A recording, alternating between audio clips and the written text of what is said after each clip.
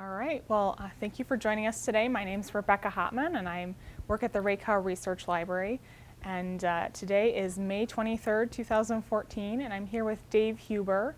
And Dave, welcome. Thank you for joining us. You're welcome. So, I just to start, I was wondering if you could tell me a little bit about where you were born and where you grew up, and a little bit about your background. I was born in Buffalo, and then I was adopted and grew up here in Corning. Went through high school here and through Corning Community College, and I got an associate's in math science. And then I went to work for the A&P company for 10 years. What's the MP company? A&P Tea Company. They Okay. had a big place in Horseheads. It's gone now. Worked there 10 years and sold real estate a couple years, and then went to work for Corning. And when I started there, I started as a quality control clerk in the returns lab, where all the ware came back that was broken from customers, or they had a complaint about it. And did that, I guess, 5 years, and then moved into the parent group of that setup, and that was product liability. It was a group called Corporate Systems then. And what I did then was look at products that came back with a claim attached.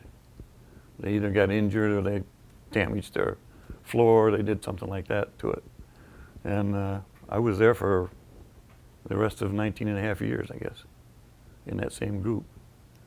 And we handled a lot of lawsuits, and to my knowledge, Corning never lost one while I was there.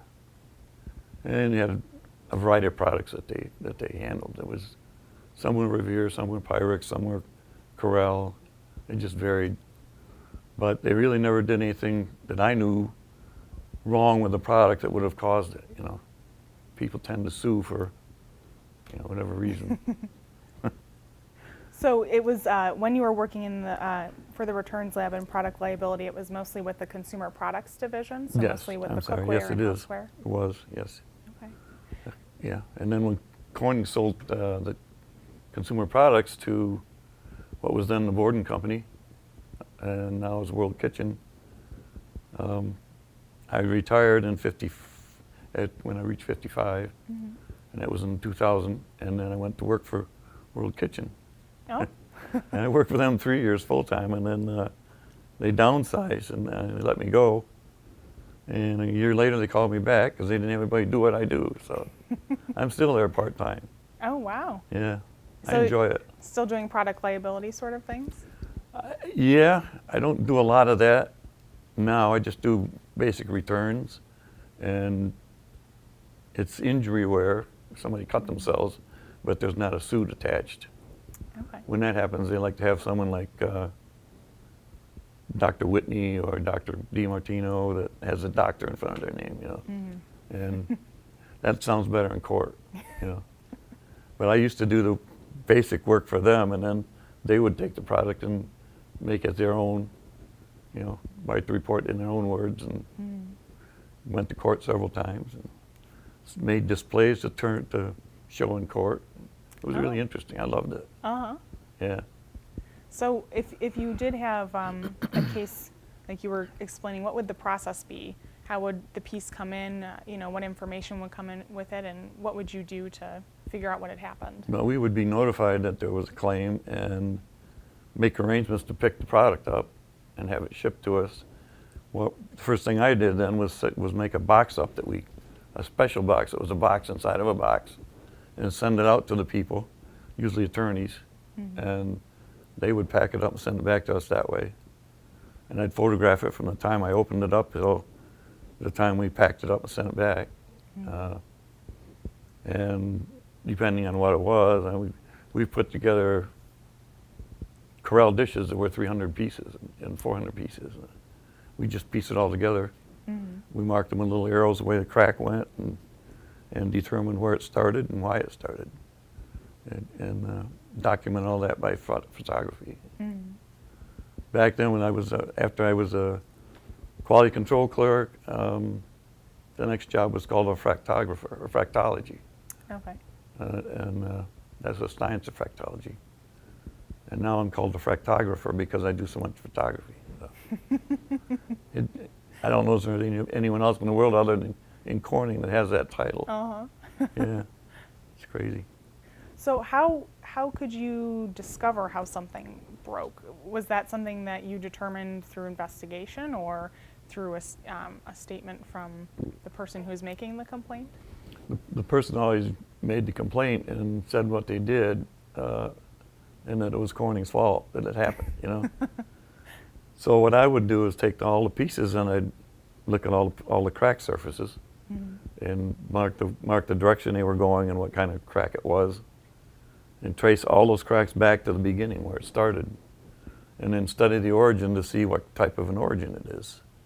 You've probably seen in windows the little cracks that are something's hit it like a stone or something like that, and that's called a Hertzian break.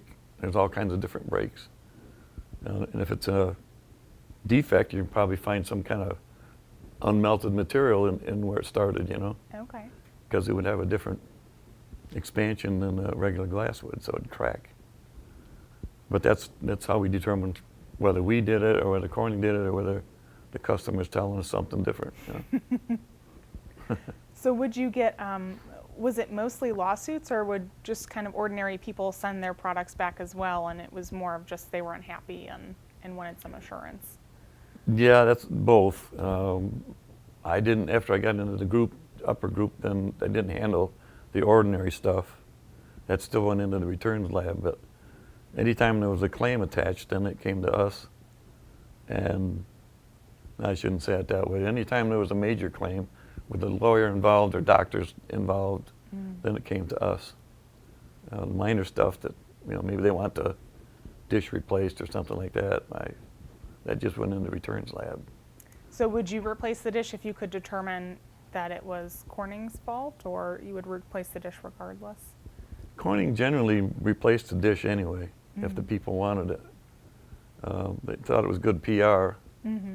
One thing I thought was always kind of odd was that we would get a dish in that wasn't made by Corning. It was made by another company. And they had already sent them a new dish, you know, so they got a Pyrex dish. And we have to send them back to glass because it's not our stuff. And there's probably a good 15% of the stuff that we got was not ours. Wow. People don't really, they see a clear dish, and they just think that's Pyrex, you know. So. Still happens. That's great. Yeah. So in the lab and in the product liability department, what kind of different people worked there? What different kinds of jobs were involved? Myself and my immediate supervisor were the technicians that looked at the glass first, and then we had 2 PhDs who, like I say, would take the report after we did it and tell us what else they might need or rearrange it the way they liked it, that kind of thing. And then we had a boss over all of us. We had a secretary, and we had a girl who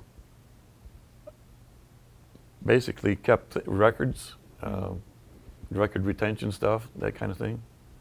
Because when you get sued, then they want to know all the records about, well, how did Pyrex come about and all that stuff. So somebody had to do that too. So Right. yeah, it was complicated, but Corning did a great job at it. Yeah, Corning is probably, well, they model themselves after Disney, and I don't think Disney ever Really? lost a claim. They treat people very well. We had some real wild claims, just crazy. Would you mind telling me about a few of those? No. We had one that was a coffee pot. We had a big coffee pot reclaim or coffee, whatever Okay. you call it. I forget the corrective action. Recall, maybe? Yeah, they called it recall. That was our slang term for it, but it was a corrective action program. Okay. And we got probably millions of them back, and that's where I started working. Oh my goodness. When you had to smash everything you got in. Anyway, where was I going with that? I think that was one of the claims that you were talking about, is getting one of those. Oh yeah, we got a claim that a baby, an infant, had been burnt due to one of our coffee pots. Well, we got the pot back. There wasn't anything wrong with it. Just the there was a cord and a pot and all the parts that went with it. Mm-hmm. And they got investigating it, and it turns out that the lady had put the pot on the end of her counter, put the baby in the high chair next to the counter, and the baby pulled the cord and pulled the pot right over on him. Oh my goodness. So, you know, what can you do? Mm-hmm. We can't do anything about it. And Right. so they settled it, and that was the end of that case. But we had one in one that I really got involved in Tennessee. A lady, a young girl, had just gotten married, and she had put something on in a Corningware, some oil in a Mm-hmm. Corningware dish, put it on the stove, and then left. Went in the other room, started watching TV or something. Well, it caught on fire. Oh my gosh. So she came back in and saw it on fire, so she had some hot pads, you know, and grabbed the dish, turned around and just heaved it, threw it out the back door. And then the process got burnt pretty good. She got very badly burnt Oh my on her goodness. arms from the mitts up, and her face badly. They had to airlift her to Texas to a burn center. Wow. And I went down there and took out took the stove, took the carpet, and the range hood, a bunch of stuff out of the kitchen. They were renters, and we told the tenant or the landlord we'd give them all new stuff, Okay. and a new back door and a screen door. Turns out the pattern on the carpet, where she turned around with the dish on fire, there was a whole string of burnt marks. You could follow the pattern right, and then she heaved it, Oh my goodness. and it burned its way through the screen door. And we found a year and a half later, we found pieces of the dish out in the grass next to the concrete steps. Wow. So as it turned out, Corning did nothing wrong. It was the way she did it. But Mm-hmm. Corning is the type of company that took care of all our medicals. And, you know, that's the only thing we could do. Mm-hmm. Felt very sorry for the lady, you know. Yeah. But that was a very interesting case. I enjoyed that one. So that one you actually went on the actual site where the Yes. accident Yeah. happened. Now, is that something you would do frequently or just for the more major claims? More major claims, yeah. Not very frequent. I've had to go to court with displays that we put together and assemble them in the courtroom. I had to go down to a trial around New York and take the microscope down and take some more photographs in the courtroom while they were still talking. And this is all evidence, you know. You can't do anything to destroy any evidence. You got to be very careful with it. It was a very interesting job. I really enjoyed it. So what would be involved in the displays in the courtroom? Would you have kind of complete pieces of the product and then the broken one, or? Yes, yeah. One that I remember was in Rhode Island, and it was we made a large cupboard identical to theirs. We had it made down in Amara. And then what they had done was stack Corningware up. I think there were 7 pieces all in a stack, and then they put them on a shelf that was a good foot above my head up on the shelf, and they fell off, and one of them cover broke and had a slate floor, and it went up and poked the guy's eye, Oh my a God. piece of it. And we put together a whole cupboard just like his and took it all out to Rhode Island, put it back together in the courtroom, Mm-hmm. and we had all the pieces that he claimed was in the stack. Wow. So you would build like an entire kind of scene. It wasn't just Mhm. showing what Yeah. the product looked like. Yeah, right. So did you ever have to testify, or were you just there to provide the? I only had to testify once. I got close several times, but never really had to get on the stand only once. Mm-hmm. And that was in Bath, of all places. Oh. Yeah, that's an interesting case. It was a case in Owego where the lady had bought, this is a Corral case, maybe you don't want to talk about that, but No, that's okay. she had bought a set of Corral and set it on her table. And when she opened it, she claimed there were cockroaches in it. She got up in the morning and there were cockroaches in her house. And I went down and photographed everything in Greencastle where they packed the stuff, and you could eat off the floor down there. Mm-hmm. And so we decided, well, I'd go down and snoop around their neighborhood. So I did with the camera. Turns out from here to the wall behind their house was a dump. Oh. There were discarded mattresses on the front porch. There were all kinds of stuff in the yard, and this dump in behind the place. So they didn't get very far with that one. Yeah. I imagine It's so. interesting. They had an attorney that was a person educated in prison. Uh-huh. He got his law degree in prison. Yeah. It's funny that funny people. Mm-hmm. Yeah, I've never really thought about the side of things where people are suing you for the cookware and what's involved with that. Yeah, it's prevalent, and I think it's maybe more prevalent now with the economy the way it is. Mm-hmm. If they think they can get some money, then I guess that's what they do. Mm-hmm. So do you still deal with that at World Kitchen, or have you not as much? I deal with the claim stuff. Mm-hmm. All that I deal with is claim stuff when we're either minor claims or major claims. If it's major, then it goes on to was Dr. Whitney, Bill Whitney. Okay.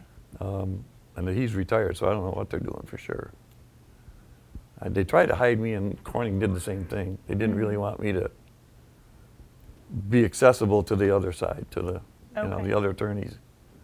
So, our experts were the ones that got questioned, and not the technicians if they could help it. Uh-huh. And that's what World Kitchen's doing too, so that's fine with me. Mm-hmm. So you mentioned that you studied math and science in college. Did you know that you wanted to work in this kind of position, or just No. that's what you were interested in? I was believe it or not, forklift driver in the A&P plant, Mm-hmm. and a receiving clerk. But I got my degree, and then I was interviewing at Corning, and they had this job in the returns lab that might be open. And the year I got hired, there were 2 people hired permanent, myself and one other guy. They had a freeze on, and I felt very fortunate. But, that's how I got into it, and then I really liked it. With the return stuff, we had all kinds of where we got in, and then they decided to expand the group that did the liability stuff, the product liability, and I got a chance to go in that group, so that's how I got into it, and I really liked it. I got 2 courses in Alfred. I've taken several short courses in Alfred in glass fracture. Okay. Fracture brittle materials, and we've taught different classes on that for Corning, my boss and myself. And You teach other Corning employees, or we did. outside groups? Not since I retired, but we did along the way. Anyone who was dealing with glass that way, Dr. DiMartino and myself taught fracture brittle materials and that kind of thing to them. We also did work for Steben when they were operating. Oh. They would have a problem, and they would call 1 or 2 of us over there, and we tried to help them out, and we usually did. Mm-hmm. They finally figured out you can't take a real hot piece of glass and a colder piece of glass and try to put them together. They may stick partially, but they're not going to stick very well. And they'll come apart later. But we did work for most of the companies. TV business we did work for. Mm-hmm. Kind of on the side of what we really were doing. Now, was this all products that had been returned back broken, or were you helping them with creating the products as well? Both. They were getting some things back that they would know in the factory that they weren't able to produce these things. Mm-hmm. One thing that happened to Steben was a lot of their expertise retired, and the younger people coming up didn't have quite the knowledge that these guys did. How to do different things, and especially Dr. DiMartino was able to help them learn what they needed to be doing with that stuff. We did that on the side, kind of, but the product liability stuff was really what we were doing. Mm-hmm. was very interesting. So you mentioned some glass classes that you took. Was that kind of the specialized training that you needed for your job? Yes, that, and the person I went to work for in the upper group had already done it for several years, and he taught me a lot about it too. So, and then one person retired, and then he got in Dr. DiMartino, and I think he's probably best in the world, and he's right now up in Sullivan Park. He was my boss for 5 years, and then after they sold Consumer, then we had 2 years to wrap up all the trials that we had and all the processes we had going. And then he went up to Sullivan Park, and I took early retirement. So, but he's really good. He's excellent. Uh-huh. He doesn't like viewing it anymore. He likes where he is, but I can't blame him. Yeah. So you spoke about some of your strangest cases. Were there any other interesting projects that you got to work on that you liked in particular? Mostly we did a lot of testing too. We would get, we test our stuff. Maybe we drop test it, they call it. Drop it on from different levels on different things, and then we'd bring in competitive wear and also do the same with that.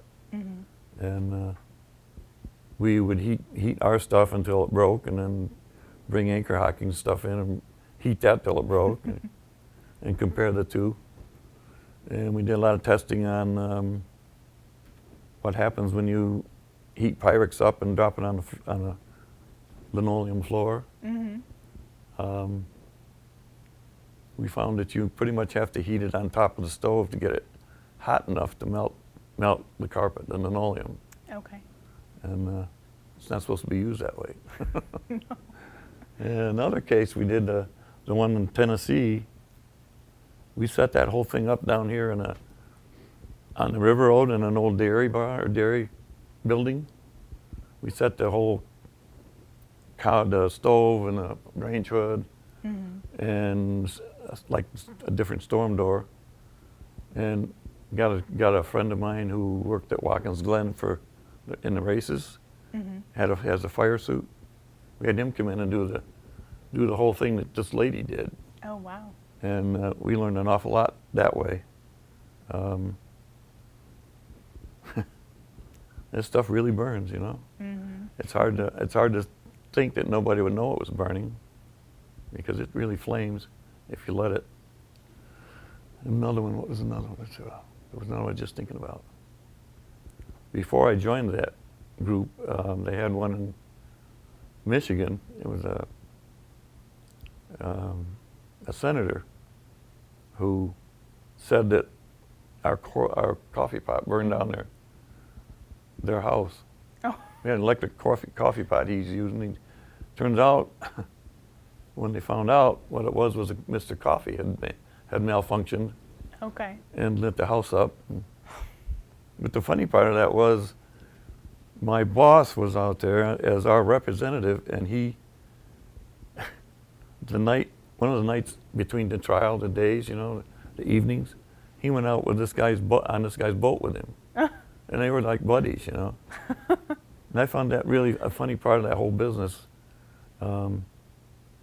I particularly remember a case in New York where these guys were actually yelling at each other in court. Our attorney and their attorney. And we go out to lunch, and they're walking with us, and they're like buddy-buddy. You gonna go play golf Saturday? Well, maybe, you know. They go back into court, and they're screaming at each other again. It's like, this whole thing's theatrical. It's part of their job. Yeah. But it was a very interesting job. I enjoyed it. I think Corning's a really good company. They take care of their people, I think, and That's what I've heard. and their products are excellent. I just recently saw something about they're getting together again with World Kitchen. I'm not sure what that's about. Well, yet. I think the 100th anniversary of Pyrex is coming up in 2015, so maybe it has something to do with that. I'm not sure. I remember getting a pie plate back when it was the 75th. Mm-hmm. They made a special Pyrex pie plate, and it's all engraved with 75th anniversary. Oh, wow. It's really neat. Yeah. Mhm.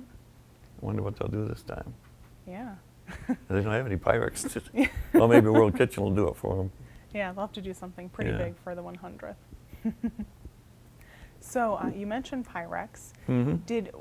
Do you know about what percentage of the things that came through your door were Pyrex? Was it a large portion, a small portion? Back then, probably, I'd say 40% maybe. Mm-hmm. With World Kitchen, most of what I'm seeing now is Pyrex. Mm-hmm. But most of it isn't anything they've done wrong either. So, yeah, there were several. When I started, there were several different kinds of Pyrex. Okay. I mean, there's Pyrex. The word Pyrex included flameware, which was a coffee pot, a glass coffee pot, and two or three different kinds of dishes, Mm-hmm. different compositions. They made lenses out of it. They made commercial coffee, the commercial coffee pots you see in a restaurant. Mm-hmm. Well, they made those for a long time, and then they went out of business because too many lawsuits involving those particular items, and wasn't anything that Corning had done wrong. Mm-hmm. People were misusing them. When you put Pyrex on the stove, on a circular burner, it heats in the places where it touches the burner. Mm-hmm. It gets hotter there than the rest of it, and if there's a little flaw, it'll break. Right. Which is not the glass's fault. It's you're not supposed to do that with them. They would put those commercial coffee makers on a element like that to keep coffee warm, Right. and then next thing you know, the bottom falls out, Ugh. and falls out on somebody. Hot coffee. We had a few of those cases. Mm-hmm. Yeah, some of them you don't want to talk about. So you mentioned there were several different kinds of Pyrex dishes that had different composition of glass. Mm-hmm. Now, would that affect how a product would break or overheat? It does affect how they break. I don't know about overheating. It does affect how they break. When I started, we used to make some Pyrex here in Corning, Mm-hmm. and that was a composition that was annealed, which is a process where it goes through an oven and Mm-hmm. takes the majority of stress out of the product itself. So when it breaks, it'll break in 3, 4, 5 pieces, And then they started making them down in Charleroi with a soda lime composition, and they were tempered. So when they break in 20, 30 pieces. Wow. And the reason for that is that tempered ware will take a little more abuse, quite a bit more abuse than an annealed piece. But when they break, they've got more stress in them, so they break a lot more pieces, or several more pieces. And then they still make stuff in Charleroi. They were making some in Greenville that was a different composition that was annealed, and they made some tempered stuff out there with a different composition than Charleroi. Mm-hmm. But if you looked at the dish, they looked a lot alike. They looked pretty much the same. That's the other thing we did too, is have to determine the manufacturing period of the dish or Okay. of the item. And I had all kinds of records of, Corel and Pyrex and all that stuff. Mm-hmm. I still have all the real old Pyrex records that you can hardly read anymore. I still have those in the lab. But you determine, you do that because the other side wants all these records, and you can sometimes limit what they can get by Okay. knowing when that item was made. There's no reason to, from then on, giving them all those records. Mm-hmm. Back in the area where it was made, they're entitled to that stuff.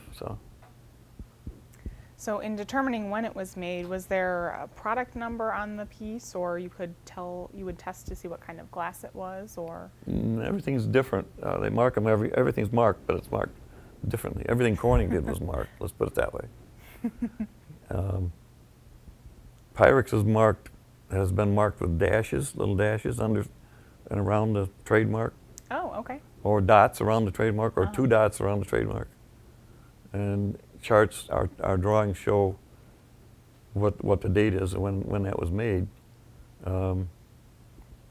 World Kitchen's going to a lot simpler system than that now, but it's still dots in the trademark. Mm-hmm. You know, Corel is dashes. It was dots and now it's dashes around the trademark. Mm-hmm. And what else is coffee pots? The old coffee pots were markings inside the coffee pot, down on the cup markings. Okay. They had dots on either side, or 1 dot, 2 dots, you know, on one or the other, any one of the coffee or the cup marks. And then the charts would tell us when that time frame was. Mm-hmm. So that would go into our report too. I'll We have to always, yeah, go ahead. Oh, sorry. I was just going to say, I'll have to check mine when I get home, underside and my measuring cup and my Corel plate. Yeah, and yeah, see if I the can find measuring cups are different too. They Mm-hmm. depends on how New Year's is. Oh, I don't know. Probably after World Kitchen took over. After, yeah, Mm-hmm. they got a bent handle. Yes. Yeah, it's liable to have some dots around a number around on the bottom, Mm-hmm. on the outside bottom, or some of them have dots on the side of the trademark on the side of the thing. Okay. You know, I got a chart that'll tell me what that is, but they keep changing. Of course. You mentioned composition, and that's Mm-hmm. sometimes they get back just a couple little pieces of clear glass, Right. and I can tell it's tempered or not, but I couldn't really prove it's ours. So, and I can't do anything with testing it unless we get permission from. Okay. If it's involved in the suit, you got to get permission from the other attorneys. Mm-hmm. If it's not, then you got to get permission from the people that sent it, and then you can chemically test it and see if it's our stuff. Mm-hmm. Corning used to put a trace element in the composition, but that got copied too later, so Oh. that didn't work either after a while. But they do it that way. They test it chemically. Okay. So what Most does of the that time I can involve? tell. By the way it broke, anchor hocking breaks really, really tiny pieces usually. Mm-hmm. I mean, you get 500 pieces sometimes out of it. Oh my gosh. Anchor hocking dish. And Corning will break in, maybe 30 pieces, 40 pieces. Now, there's a specification for how many pieces it ought to break in. Oh, okay. When we did a thing called center punching, we had a punch in a hammer and you tap it somewhere and it break, Mm-hmm. and then you count the pieces. And there's a spec for that. Huh. The dishes had to be checked for thickness and cover fit, depending on what the dish was, to make sure all of our stuff was within spec. Mm-hmm. Because you wouldn't go to court against someone with a dish that's out of spec, because Right. you're just asking for trouble. And that didn't happen with Pyrex at all that I know of. Mm-hmm. Corel, it did happen sometimes because there was a spec for this. Corel's a laminate. There's 3 layers. There's specs for each of the layers' thickness, and if it's off, then you don't want to go to court against it. Right. You settle that one. Right. Don't try to fight that one too hard. Mm-mm. So you mentioned doing a lot of testing of products. Now, in your testing and also in your investigations, would you communicate any of that information back to the scientists or to the marketing department so they could work on the product or how the product is marketed? My bosses communicated that back to the plant. Mm-hmm. If they were finding anything along those lines. They make so many of those Pyrex dishes. There are millions of them out there. Mm-hmm. And if you got one that's got a defect, unless you got several others that in that time frame, you don't know you have a problem. Right. But was all communicated back to the manufacturing plant. In fact, back then their plant paid for our expenses because Okay. It was their item. That's how we kept our group going. Mm-hmm. There wasn't any company budget for it, so we had to charge back to each group that Okay. we did work on. So you were sort of independent, Yeah. and then you would work with the different. They kind of kept our group hidden. I shouldn't say that, but from attorneys that would, Right. Right. you know, take advantage of it. Mm-hmm. That's why they called us corporate systems. It was kind of a name they didn't really know what Yeah. we did. It's a very nice, vague name. Yeah. So, what particular kind of skills did you have to learn? I know you talked about taking some classes and Mhm. determining how pieces were broken, but what kind of skills in particular did you have to? You had to learn what you were looking at when you looked at a fracture surface. Learn what different markings on it meant. Like a mist in the middle of it meant that it was traveling in what we call limiting velocity or terminal velocity, as fast as it would go. Okay. And that's faster than the speed of sound in glass. And that would tell you too that it probably was going to branch very quickly. So there was also Wallner lines, which were little curved lines. If you think of throwing a pebble in the water and you see the ripples go out, well, that's kind of when you have an origin and all the fracture stress goes out. It makes these ripple marks on the surface of the fracture. So you can trace back where it started from just by which way the Wallner lines are facing. We can tell, we learned how to tell which surface it was leading on, which surface the crack was leading on. Okay. And that would tell you where it was struck or where the most tension was in the glass. If you bend something, you put stress on the outer side of that as you bend it out. And that, in glass, that would cause the crack to run on that surface. Okay. So we watch for that. And what else? There's all kinds of different features. We'd look at the origins to see if we had a Hertzian break. If you had a Hertzian break, you knew it was an impact. We learned the different types of origins. One with a large, what we call a mirror, where it started, is a thermal break. One with a real tiny defined mirror was an impact. More stress involved. Okay. And we also learned how to determine whether there were one or two or three origins, which one was primary, which one was secondary. And that's called the primacy of cracks, where one crack runs into another one and stops. Obviously, the one that was there first was the one where it stopped. Right. So you just trace them all back that way and find out the primary. All that type of thing, and also composition, a lot about the melting, how glass is melted, the temperature it's melted at. Just a whole myriad of things. So did you train it all in glass blowing just to see how glass was? No, I didn't. More the science side of things? Dr. DiMartino has, but I didn't, no. As a technician, I didn't have to do that. Didn't have to get into that side of it. But Okay. I learned a little bit of it over in Steuben when we went over there to help them out. Then we learned a little bit about how they blow glass and what's involved in that. But it wasn't usually the same. As far as blowing glass, the things that we would make blown would have been the old coffee pot. Okay. The old commercial coffee pot would have been a blown thing, where they push air in it and blow it out. All the other stuff is what they call a pressed, Okay. where the glob of glass goes into a mold, and then a plunger comes down and spreads that all out. So much more of a controlled situation. Yeah, all into the shape of the dish. We even got into some things where Corning was a designer of a lot of glass machines. Okay. The inventor, I guess I should say.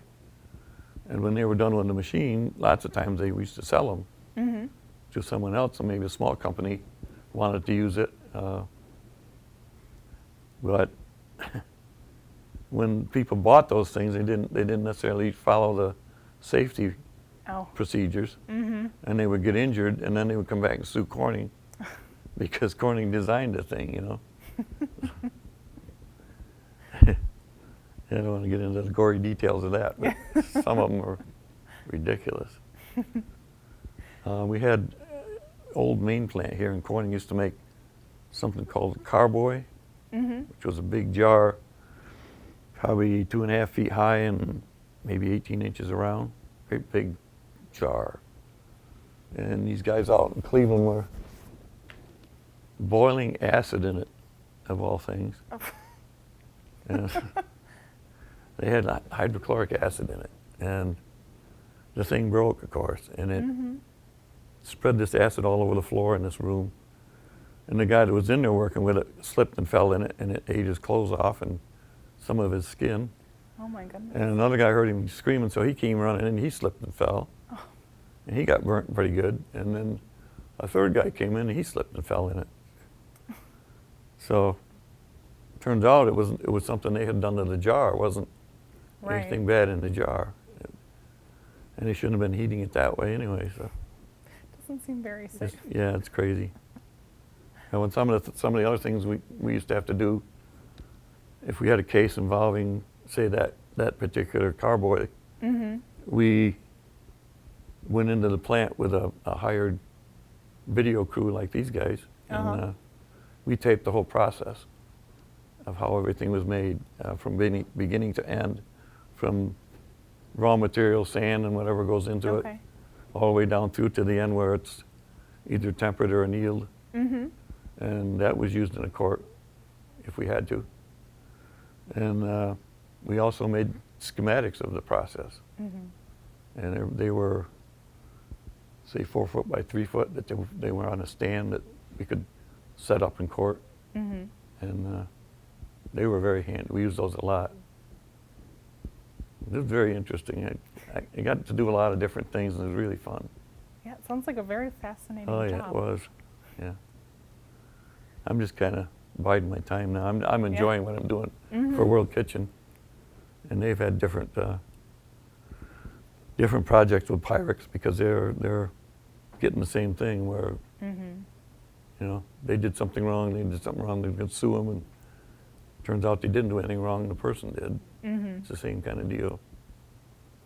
Anyway, what else can I tell you? Well, I think we are almost out of time. So, Okay. do you have any other stories you want to share, or any Hmm. thoughts about your time at Corning Inc.? Oh, I joined them in 1980 Mm-hmm. and retired in 2000. And it was very interesting. We had part of my responsibility also was to store the ware that was brought back. Maybe it was involved in a claim with maybe an attorney or a doctor's thing involved with it. Mm-hmm. So we'd have to keep it. Okay. We had to keep it for the statute of limitations. Depending on where it was from, each state might be a little different. Oh. And if it was a child, we had to keep it for until the child reached majority age, and then 7 years after that. Mm-hmm. So I had to separate the child stuff, and it had to stay around forever, you know, Mhm. basically. So I kept track of all that, kept records on which product was stored where, so we could go get it if we needed it. You know, somebody decides they're going to sue us, then you got to go pull it out of storage. Mm-hmm. And we had that stuff in the basement of the employee store for a long time. And I was responsible for that too, so Mm-hmm. it kept me busy. You were doing a lot of different things. Yeah, I was, and I enjoy it. So it's fun. I met a lot of really great people in Corning, Mm-hmm. at Corning. That's great. Yeah, I appreciate you doing this. This is good. Yeah. Well, we like to, hear about Corning history from all different sorts of people. And like I said to you before, I don't know if we've ever interviewed someone who's worked in your area. Mhm. So it's great to hear about all this, what happens when Corning ware breaks. There's another thing, Corning ware. Yeah, Yeah. we made Corning ware too. Oh, right, yeah. I'm not well versed in the Yeah. different areas. With the commercial coffee pots, they were made in Muskogee, and when they had so many lawsuits against the things, they were only a $3 item back then. You could go buy a whole ton of them for Right. $50, you know. But they closed the plant because of that. So they went right out of business, quit doing them. Then they made them in Mexico for a while. And Corning totally went out of it, and somebody else was making them. Still are, I guess. And you mentioned Corningware, that was made in Martinsburg, Okay. and that's an interesting process, but we'll get into that. World Kitchen is, that plant closed down too. World Kitchen has Corningware, and initially what they were making for Corningware was of glass, ceramic, Okay. when Corning did it. And then when World Kitchen took it, they were making the same design, and it looked the same thing, but it was a stoneware, Okay. which is a real cheap kind of ware that chips easy and just isn't durable like the Corning ware stuff, the ceramics. They used to use Corning glass ceramic for missile nose cones, Oh. and it's rugged stuff. It's hard to break it. But now World Kitchen's gone to buying glass ceramic dishes, Corningware overseas somewhere. Okay. So they figured out that the stoneware wasn't too good. It's funny how things kind of cycle back sometimes. But Pyrex is still the same Pyrex, same plant in Charleroi. Wow. Yeah. Yeah. All right. Well, thank you so much for coming in and talking to me, and You're welcome. it's been a very interesting hour. I hope I didn't say anything I shouldn't have taken. No, said. no.